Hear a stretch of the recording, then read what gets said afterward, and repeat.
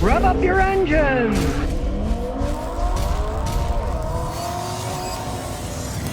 All right, here we have an $800 pickup truck. It's called the Datsun 620. It's got 110 horsepower, carbureted engine. It's not that small of an engine. Simple in those days. There's the mechanical fuel pump, not in the gas tank. There's the fuel filter, easy to get to. There's the carburetor. And there's something you don't see anymore. Metal radiators, and it's still working. But why is it called Datsun and not Nissan? Because they decided to change their name. Now, the name Datsun is the original name of the company. But then they later changed the name to Nissan. So basically it's saying, made in Japan.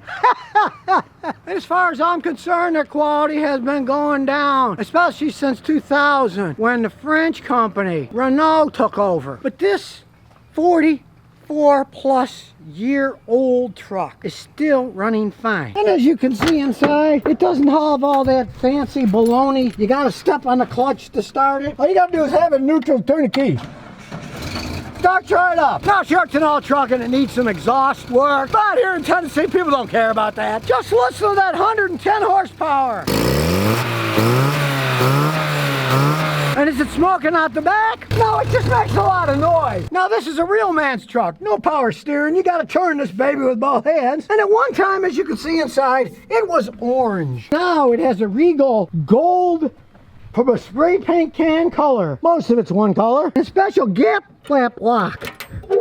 Old school. Nothing to go wrong. For the whole $800, it also came with a camper top. You see, this thing's been used. But look at that bed. It's got a nice long bed for carrying stuff. Now, I don't think you can tow that much with this little bitty 110 horsepower engine, but you can tow little things. But it runs, doesn't overheat. Now, the brakes have a problem, which we're going to address. They have a tendency going all the way to the floor. There it goes, all the way to the floor. So let's jack it up and check for leaks at the wheels first. First, you check the calipers, see if they're leaking.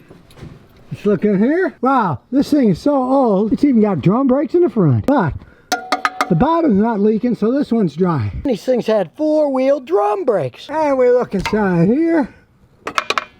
That one's dry too. That drum's dry. We do have a little bit of oil dripping down. That's typical on these things of this age. But what I can see is, man, it looks like the valve cover gasket's leaking. It probably needs a new oil pressure sending unit. That's peanut money. This has nothing to do with the brakes not working, so let's check the back ones. So let's check the right rear. It's dry on the bottom, so it's not leaking there. And we'll swivel over to the other side. It's dry, and you can see recently someone's put a wheel cylinder here, because that's new and shiny, so somebody's replaced that. There's a trick how you can check a master cylinder. I think it's the master cylinder that's bad. We look inside here, there's still fluid in here, and there's still some fluid in here. Then we'll go inside the truck, we'll pump the brakes as hard as we can to get a little pressure. There's a little pressure now. Then we get my giant long screwdriver and hold it in place. There are the other ones here, and I got a block of wood against the seat, because the seat's so old it's hard to move. That keeps it pushed down. Then we'll get one of these flared bleeder wrenches. This is 10mm. First we'll do the front one and see if anything comes squirting out. Okay, it's squirting out pretty good. Then we'll go back inside and pump it a few more times and wedge it back against the chair. And now we'll check the front one. I got two sets. There's the 10. Nothing's coming out. So that shows that the brake master cylinder is shot. It's usually that back one that goes, because the main seal's there. And what the fluid does is, inside the booster, when you take that off, you find a whole bunch of fluid inside. Now I used my phone and called the local AutoZone, that's 1.1 miles away, and needless to say, they didn't have one in stock. But they could sell me a brand new one for $55, and it'll be here tomorrow by 1 o'clock in the afternoon. So see, you can still get parts for these things. You don't have to worry about that. Let's take it for a ride. A relatively slow ride as the brakes don't work too good. I just realized these trucks were very discount trucks. No power steering, no anything. You can tell by hearing the hood close. Got a little tinny sound to it, but what the heck. It closes. And this one has a special armrest. The trucker's armrest somebody bolted on. But what the heck, it works. Hey, the emergency brake still works. That's how we'll turn the key. And away we go. Let's give it some gas here. It's still got a little power left. Notice it's not backfiring or anything. It's a solid engine. And these 4-speed trannies basically last forever. Yeah, the steering's a little sloppy. This has got reciprocal ball steering, so it's kind of old-fashioned and it's worn. It does have at least 193, if not 293,000 miles on it. So it needs a brake master cylinder, a little bit of oil leaks, but hey, it's still a solid truck and be a very reliable little work truck for somebody. with that long bed, you can put an awful lot of crap in that thing. So the next time somebody offers you one of these old Datsun pickup trucks from the 1970s, don't poo-poo it until you've tried it out. And here's some bonus questions and answers. Now here's a warning for people with any vehicle, but especially with some of these late model Ford trucks. The daughter of a Texas man who was run over and killed by his own truck is now suing Ford. He came to pick something up for a church rummage sale or something, and he left his truck running in park, and he went out. Well, somebody was still sitting in the truck in the passenger seat. And all of a sudden, the truck started going, moving, jerking, and it took off by itself while it was in park. And unfortunately, the guy tried to stop his own truck, and he got run over by the truck, and it killed him. The family of a New Brunswick man died last year after he was run over his trucks being sued by his daughter. He had a 2023 Ford F-250. It acted up in park. He tried to stop it. He jumped out, but it ran him over and killed him. Now, here is a warning that I give everybody. You cannot trust anything today. I am not going to leave a vehicle running and get out of it unless I'm working on it and I make sure the emergency brake is full press to lock it in place. And if I'm working on a car for any length of time like that, I would also put chocks under the wheels. So the wheels are chocked in that if it wiggles a little, it would stop it from moving. The emergency brake's generally going to hold it, right? You just make sure the emergency brake is working. But in this case, obviously something's wrong with the truck's transmission. He had it parked. There's no way the thing should start driving out on its own. But you're still taking a chance. So please, don't do it. Any vehicle you have, you never know what's going to happen. Turn it off when you get out and do your stuff. Now, if you really have to do something, make sure that emergency brake is fully engaged tight, that it's not going to move while it's sitting there idling. I mean, you don't want it to run over a kid if it backed up and a kid was there hitting your neighbor's house. You know, that's bad enough.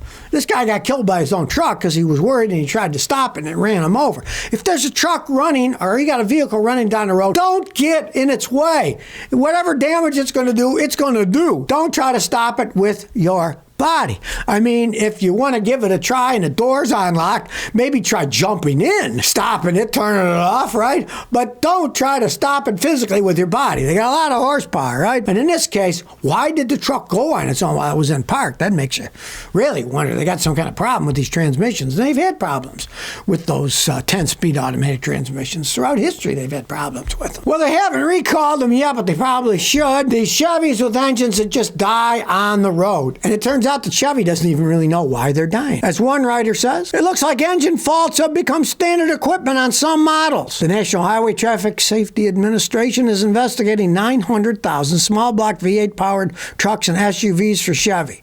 Now these are Silverados, Tahoes, Suburbans, GMC Sierras, Yukon, Cadillac Escalade, and Escalade ESVs. The things are dying while you're going down the road, and they say, oh, the module's going bad. So they take them to the dealer. They're under warranty, of course, because they're new vehicles. They put another module, and then they break. One guy, it broke 5 minutes after he picked it up. He was at the dealer for a month. He picked it up. 5 minutes later, it broke again. They're towing it back.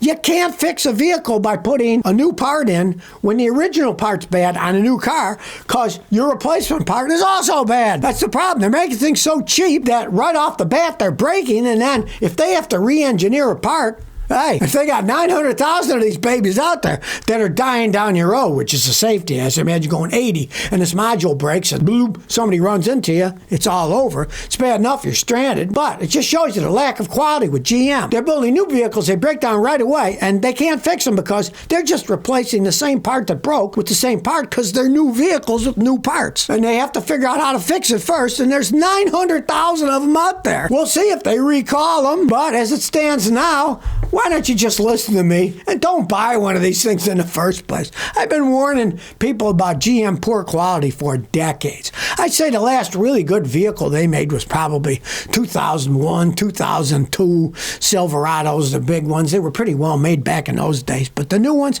they're just cutting too many corners when they build them. Then they break right off the bat and they don't know how to fix them because they don't have new parts. They just have the same part that is breaking. They put another one and then they pray, let's hope it fixes it. And it doesn't. They're making cars that are too complex for their own mechanics to fix.